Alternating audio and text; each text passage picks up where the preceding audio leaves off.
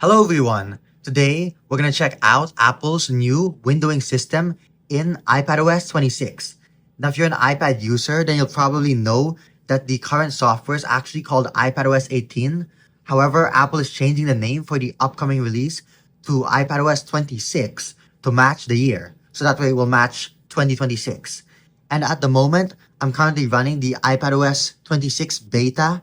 So this software is not yet officially available, meaning this is not the final version of the software. With that aside, let's check out the new windowing system. I'm super excited for this feature. The first thing that comes up is the option to select only full screen apps or full screen and windowed apps, which is what we're going to be using, of course. Now it says get started. I have no idea why the wallpaper was rotated, but again, this is a beta version, so it's not the final release of the software. Check this out. We have the new liquid glass. So it's kind of like a more transparent design, and all of the app icons have been redesigned. If we tap and hold, we should also be able to change the style. So I'll tap on edit and customize. Again, this is my first time using the iPadOS 26. Okay, that changes the size. I guess clear. Now we do have clear icons. Check this out. Although personally, I prefer the colored ones since I can easily find apps based on their color. Now in the settings app under multitasking and gestures, you can also find the same options that we were shown earlier to use full screen apps or windowed apps, as well as Stage Manager. So I think Stage Manager works when you connect an external display.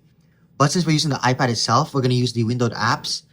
And now I'm going to try opening Safari.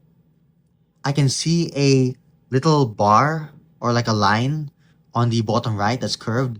So I guess I can drag that to resize it so we can make it a full screen app.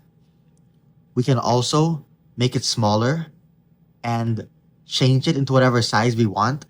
So as you can see, the dock will hide when you make it bigger, and then you can like move it around. So it's similar to macOS. What happens if we open up another app?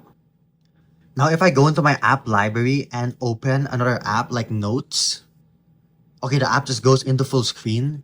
So I guess if you do want to use the sort of windowed mode, you'll have to drag it into this area, and actually it's still full screen. Hold on. So maybe we have to like drag this on the bottom right and kind of resize it. Okay, there we go. So now we have our Notes app alongside our Safari. Check this out. And then I can open a third app, so we can go ahead and grab Spotify and place it over here. Or actually, over here. Here's a quick look at the new liquid glass design for the control center. And the apps do open in full screen by default, so you gotta just resize them and make them smaller. Now, there might be a different way to open them, but I'm still trying to learn the operating system.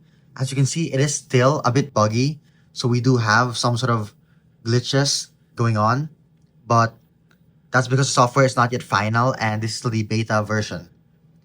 We also have this sort of button on the top left, and it's similar to macOS where we have the different buttons so we can like minimize the window, and then it just disappears. So I guess you have to open it again, like drag it. Okay, now it opens in the windowed view since it was like that earlier. But if the app is set to full screen, I guess it will just take up the entire display until you set it to like a smaller size. Then we can also tap on this button to make it full screen. And once it's in full screen, there is no more button on the top left, but you can just drag and resize the app. If you swipe home, the apps just move over to the side, and then we can just access our home screen as usual. Now we can tap on the apps to bring them back. Now, hopefully you enjoyed watching this video, and if you want to test out these features for yourself, then you can sign up for the Apple Developer Program and download the iPadOS 26 beta. But keep in mind that there will be some glitches, so some of the features might not work as expected. So for example, if you do experience some bugs with the windowing system, then just revert to using the Windows in full screen to avoid the bugs. So it's a sort of preview and not the final version, meaning it's not the most reliable thing out there.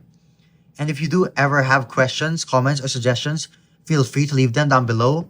I will be creating more content regarding OS 26 software. So whether that's iPhone OS 26, Watch OS 26, or iPad OS 26, I'll be producing more content for this channel. So stay tuned for that. And please like and subscribe for more and also for the channel. So thanks for watching.